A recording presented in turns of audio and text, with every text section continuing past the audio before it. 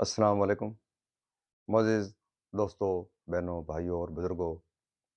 میں حافظ صفد نواز ایڈوکیٹ آپ کو اپنے اسلامی چینل کے اندر خوش آمدید کہتا ہوں، اور ہر روز کی طرح آج ہم انشاءاللہ دوسرا پارہ سورہ البقرہ کی آیات نمبر 193 تا 195 کی تلاوت، ترجمہ اور تفسیر پڑھنے کا شرف حاصل کریں گے۔ تلاوت شروع کرنے سے پہلے ہم درود شریف پڑھتے ہیں، آپ بھی میرے ساتھ پڑھیں۔ اللہم صلی علی محمد وعلی آل محمد کما صلیت علی ابراہیم وعلی آل ابراہیم انک حمید مجید۔ اللہم بارک علی محمد وعلی آل محمد کما بارکت علی ابراہیم وعلی آل ابراہیم انک حمید مجید۔ اما بعد فاعوذ باللہ من الشیطان الرجیم، بسم اللہ الرحمن الرحیم۔ الشہر الحرام بالشہر الحرام والحرمات قصاص، فمن اعتدى علیکم فاعتدوا علیہ بمثل ما اعتدى علیکم، واتقوا اللہ واعلموا ان اللہ مع المتقین، وانفقوا فی سبیل اللہ ولا تلقوا بأیدیکم من التہلکہ واحسنوا ان اللہ یحب المحسنین۔ وَأَتِمُّوا الْحَجَّ وَالْعُمْرَةَ لِلَّهِ فَإِنْ أُحْصِرْتُمْ فَمَا اسْتَيْسَرَ مِنَ الْحَجِّ وَلَا تَحْلِقُوا رُؤُوسَكُمْ حَتَّى يَبْلُغَ الْحَجُّ مَحِلَّهُ، فَمَنْ كَانَ مِنْكُمْ مَرِيضًا أَوْ بِهِ أَذًى مِنْ رَأْسِهِ فَفِدْيَةٌ مِنْ صِيَامٍ أَوْ صَدَقَةٍ أَوْ نُسُكٍ، فَإِذَا أَمِنْتُمْ فَمَنْ تَمَتَّعَ بِالْعُمْرَةِ إِلَى الْحَجِّ فَمَا اسْتَيْسَرَ مِنَ الْهَدْيِ، فَمَنْ لَمْ يَجِدْ فَصِيَامُ ثَلَاثَةِ أَيَّامٍ فِي الْحَجِّ وَسَبْعَةٍ إِذَا رَجَعْتُمْ، تِلْكَ عَشَرَةٌ كَامِلَةٌ، ذَلِكَ لِمَنْ لَمْ يَكُنْ أَهْلُهُ حَاضِرِي الْمَسْجِدِ الْحَرَامِ، وَاتَّقُوا اللَّهَ وَاعْلَمُوا أَنَّ اللَّهَ شَدِيدُ الْعِقَابِ۔ صدق اللہ العظیم۔ ترجمہ: ماہ حرام کے بدلے ماہ حرام اور ادب کے بدلے ادب ہے۔ جو تم پر زیادتی کرے اس پر زیادتی کرو، اتنی ہی جتنی اس نے کی، اور اللہ سے ڈرتے رہو، اور جان رکھو کہ اللہ ڈر والوں کے ساتھ ہے، اور اللہ کی راہ میں خرچ کرو، اور اپنے ہاتھوں ہلاکت میں نہ پڑو، اور بھلائی والے ہو جاؤ، بے شک بھلائی والے اللہ کے محبوب ہیں، اور حج اور عمرہ اللہ کے لیے پورا کرو۔ پھر اگر تم روکے جاؤ تو قربانی بھیجو جو میسر ہے، اور اپنے سر نہ منڈواؤ جب تک قربانی اپنے ٹھکانے تک نہ پہنچ جائے، اپنے ٹھکانے نہ پہنچ جائے۔ پھر جو تم بھی بیمار ہو یا اس کے سر میں کچھ تکلیف ہے تو بدلہ دے روزے یا خیرات یا قربانی۔ پھر جب تم اطمینان سے ہو تو جو حج سے عمرہ میں لانے کا فائدہ اٹھائے، اس پر قربانی ہے جیسی میسر آئے۔ پھر جیسے مقدور نہ ہو تو 3 روزے حج کے دنوں میں رکھے، اور 7 جب اپنے گھر پلٹ کر جائے، یہ پورے 10 ہوئے۔ یہ حکم اس کے لیے ہے جو مکہ کا رہنے والا نہ ہو، اور اللہ سے ڈرتے رہو، اور جان رکھو کہ اللہ کا عذاب سخت ہے۔ حج کے لیے حج کے کئی مہینہ ہیں جانے ہوئے۔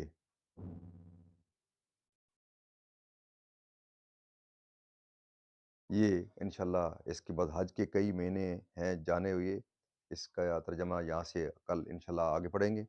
یہاں آج اس کا ترجمہ تمام ہوتا ہے، اور ہم نے تلاوت اور ترجمہ پڑھا تھا، اس کی تفسیر پڑھتے ہیں۔ اس کی تفسیر یہاں سے سٹارٹ ہوتی ہے کہ خواہ حالت احرام ہو یا غیر احرام، خواہ حالت احرام ہو یا غیر احرام۔ 6 ہجری میں حدیبیہ کا واقعہ پیش آیا۔ اس سال سید عالم صلی اللہ علیہ وسلم مدینہ طیبہ سے بقصد عمرہ مکہ مکرمہ روانہ ہوئے۔ مشرکین نے حضور صلی اللہ علیہ وسلم کو مکہ مکرمہ میں داخل ہونے سے روکا، اور اس پر صلح ہوئی کہ آپ سال آئندہ تشریف لائیں، تو آپ کے لیے 3 روز مکہ مکرمہ خالی کر دیا جائے گا۔ چنانچہ اگلے سال 7 ہجری میں حضور صلی اللہ علیہ وسلم عمرہ قضاء کے لیے تشریف لائے۔ اب حضور صلی اللہ علیہ وسلم کے ساتھ 1400 کی جماعت تھی۔ مسلمانوں کو یہ اندیشہ ہوا کہ کفار وفائے عہد نہ کریں گے اور حرم مکہ میں شہر حرام یعنی ماہ ذوالقعدہ میں جنگ کریں گے، اور مسلمان بحالت احرام ہیں۔ اس حالت میں جنگ کرنا گناہ ہے، کیونکہ زمانہ جاہلیت سے ابتدائے اسلام تک نہ حرم میں جنگ جائز تھی، نہ ماہ حرام میں، نہ حالت احرام میں۔ تو انہیں تردد ہوا کہ اس وقت جنگ کی اجازت ملتی ہے یا نہیں۔ اس پر یہ آیت نازل ہوئی۔ اس کے معنی یا تو یہ ہیں کہ جو کفار تم سے لڑیں یا جنگ کی ابتدا کریں، تم ان سے دین کی حمایت اور اعزاز کے لیے لڑو۔ یہ حکم ابتدائی اسلام میں تھا، پھر منسوخ کیا گیا اور کفار سے قتال کرنا واجب ہوا، خواہ وہ ابتدا کریں یا نہ کریں۔ یا یہ معنی ہے کہ جو تم سے لڑنے کا ارادہ رکھتے ہیں، یہ بات سارے ہی کفار میں ہے، کیونکہ وہ سب دین کے مخالف اور مسلمانوں کے دشمن ہیں، خواہ انہوں نے کسی وجہ سے جنگ نہ کی ہو، لیکن موقع پانے پر چوکنے والے نہیں۔ یہ معنی بھی ہو سکتے ہیں کہ جو کافر میدان میں تمہارے مقابل آئیں اور تم سے لڑنے والے ہوں، ان سے لڑو۔ اس صورت میں ضعیف، بوڑھے، بچے، مجنون، اپاہج، اندھے، بیمار عورتیں وغیرہ جو جنگ کی قدرت نہیں رکھتے، اس حکم میں داخل نہ ہوں گے۔ ان کو قتل کرنا جائز نہیں۔ جو جنگ کے قابل نہیں، ان سے نہ لڑو، یا جن سے تم نے عہد کیا ہو، یا بغیر دعوت کے جنگ نہ کرو، کیونکہ طریقہ شرع یہ ہے کہ پہلے کفار کو اسلام کی دعوت دی جائے، اگر انکار کریں تو جزیہ طلب کیا جائے، اس سے بھی منکر ہوں تب جنگ کی جائے۔ اس معنی پر آیت کا حکم باقی ہے، منسوخ نہیں۔ خواہ حرم ہو یا غیر حرم،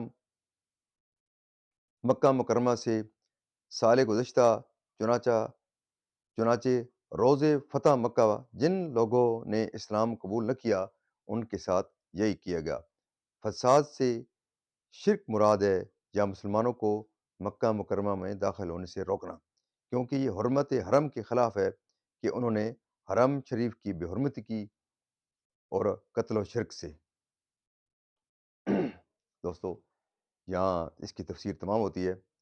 اللہ تعالیٰ سے دعا کرتے ہیں کہ اللہ تعالیٰ ہمیں اس کلام مقدس کے صدقے، جو ہم نے کلام شریف پڑھی ہے، اس کے صدقے تمام دوستوں، بہنوں، بھائیوں اور بزرگوں کی اللہ تعالیٰ ہر قسم کی دعا اور اپنے دربار کے اندر مقبول کرے، پوری کرے۔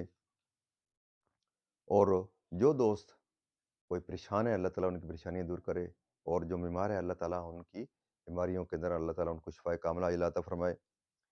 دوستو، یہ زندگی بہت مختصر ہے، تو میں اکثر آپ کو یہ جگانے کی کوشش کرتا رہتا ہوں کہ اللہ تعالیٰ آپ کو قرآن پاک کے احکامات کے مطابق اپنی زندگی گزارنے کی توفیق دے، اور اللہ تعالیٰ ہمیں حضور پاک صلی اللہ علیہ وسلم کی پاک سیرت، اصحابہ کرام کے نقش قدم کے اوپر چلنے کی توفیق عطا فرمائے۔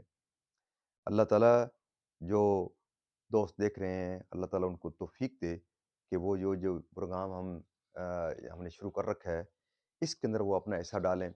میں تو یہ کہتا ہوں کہ تمام دوستوں سے یہ کہتا ہوں کہ جس طرح میں نے یہ پروگرام شروع کر رکھا ہے، تھوڑا سا مشکل تو ہوتا ہے، لیکن آپ بھی اس قسم کے پروگرام شروع کر سکتے ہیں، جن دوستوں کے پاس اگر کوئی ٹائم ہے، کیونکہ ختم نبوت کے صدقے، ختم نبوت کے بدلے میں جو حضور صلی اللہ علیہ وسلم کے اوپر نبوت کا یہ سلسلہ ختم ہو گیا ہے، تو جو ہماری امت ہے، امت محمدی، اس کے ہر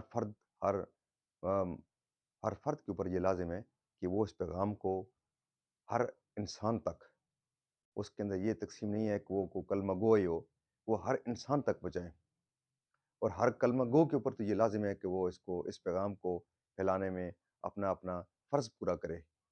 دوستو، اللہ تعالیٰ سے استدعا ہے کہ اللہ تعالیٰ ہم اس کلام مقدس کے صدقے مجھے اور آپ کو اللہ تعالیٰ اس کلام پاک کو پڑھنے، اس کو سمجھ کر اس پر عمل کرنے کی توفیق عطا فرمائے، اور اس پیغام کو پھیلانے میں اللہ تعالیٰ ہمیں استحکام بخشے۔